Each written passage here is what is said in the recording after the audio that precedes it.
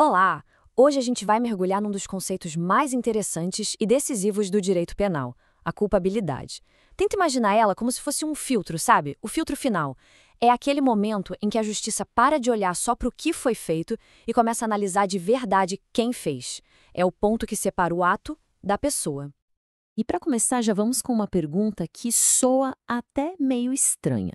Como é que pode um ato que é objetivamente um crime, sei lá, pensa num homicídio, acabar não levando a punição nenhuma?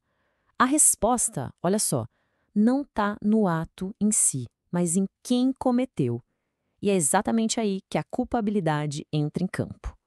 Mas afinal, o que é essa tal de culpabilidade? De um jeito bem simples, é um juízo de reprovação. É a lei se perguntando: essa pessoa aqui, considerando quem ela é e as circunstâncias em que ela estava, merece mesmo ser punida por isso? A culpabilidade é o terceiro e último pilar na análise de um crime. E se esse pilar não ficar de pé, não tem punição. Simples assim. Ok, vamos entender essa estrutura direito.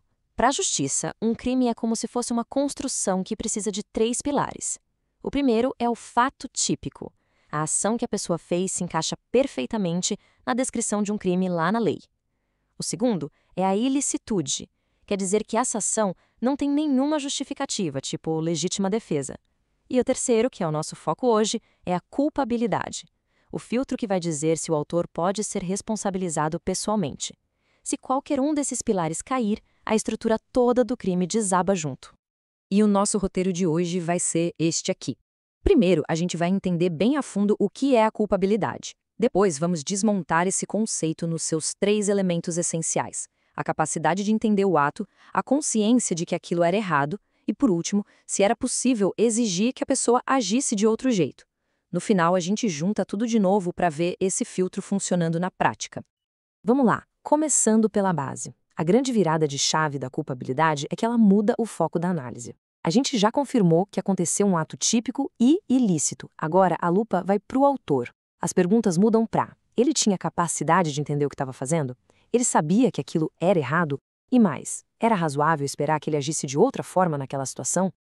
Nosso primeiro elemento, então, é a imputabilidade. A pergunta aqui é a mais fundamental de todas. No exato momento do crime, essa pessoa tinha a capacidade mental de entender que o que ela fazia era errado e de conseguir controlar as próprias ações? E a lei faz uma distinção bem clara aqui. Uma pessoa imputável é aquela que tem essa capacidade de entendimento e de autocontrole. Por outro lado, a inimputável é quem, naquele momento específico da ação, era inteiramente incapaz de ter essa compreensão. E essa palavra, inteiramente, é a chave de tudo. É uma incapacidade total que quebra o elo da responsabilidade. Tá, e o que pode anular essa capacidade? A lei brasileira aponta três situações principais. A primeira é a doença mental ou um desenvolvimento mental que não se completou e isso precisa ser provado e ter relação com o crime. A segunda é uma regra fixa, a menoridade. Se a pessoa tem menos de 18 anos, a lei já presume que ela é incapaz de responder criminalmente como um adulto. E a terceira é um caso bem específico, a embriaguez completa e, atenção, totalmente acidental, algo que fugiu completamente do controle da pessoa. Agora, vamos quebrar um mito muito, mas muito comum. Agir porque estava com muita raiva, por paixão, por uma forte emoção, nada disso torna alguém inimputável. A lei é explícita sobre isso.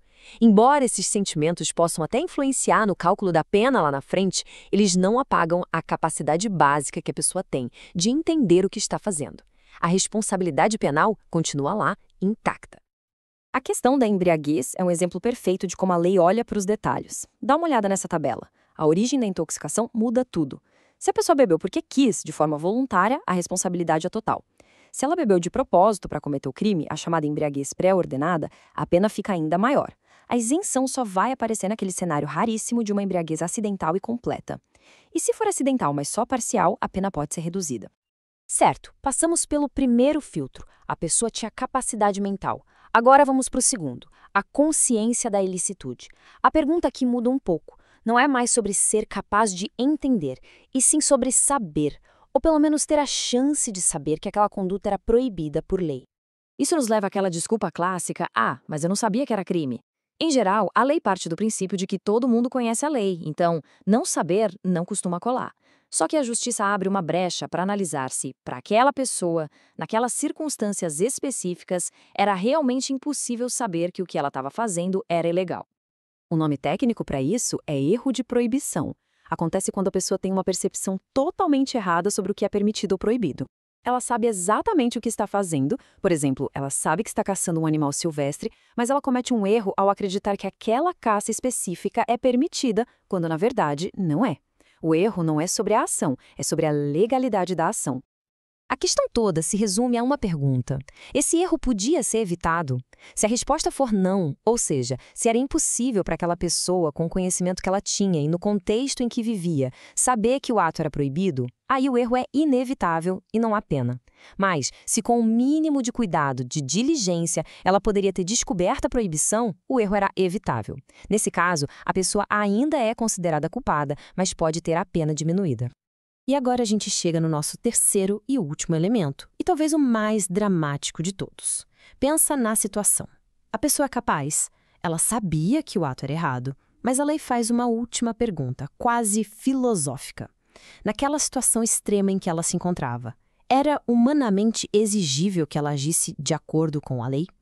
A lei reconhece duas situações extremas aqui. A primeira é a coação moral irresistível. Imagina um gerente de banco que é forçado a abrir o cofre porque está sob a ameaça de que sua família vai ser machucada.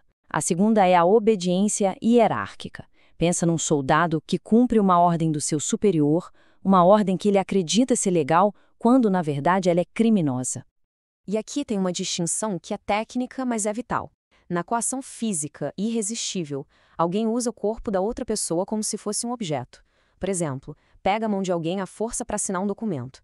Nesse caso, a gente nem considera que existe uma ação voluntária da pessoa. Agora, na coação moral irresistível, a pessoa age, ela tem controle sobre seus movimentos, mas a vontade dela está completamente dominada por uma ameaça grave. A ação existe, mas a culpabilidade é excluída, porque simplesmente não era justo exigir que ela resistisse. Bom, agora vamos juntar todas as peças. A culpabilidade não é só uma lista de itens aleatórios. Ela é um filtro progressivo, lógico, que foi pensado para garantir que a força da punição do Estado seja usado só contra quem de fato pode ser responsabilizado pelas suas escolhas. Então, na prática, tudo pode ser resumido neste checklist. Para que alguém seja considerado culpado, a resposta para todas essas perguntas tem que ser sim. O agente era imputável? Sim. Ele tinha como saber que agia de forma ilícita? Sim. E naquelas circunstâncias, era exigível que ele agisse de outro modo? Sim. Se qualquer uma dessas respostas for não, o filtro da culpabilidade entra em ação e barra a aplicação da pena. No fim das contas, a culpabilidade é o reconhecimento de que a lei penal não está lidando com robôs, mas com seres humanos. Seres humanos complexos, com suas capacidades, seus conhecimentos e as pressões que sofrem.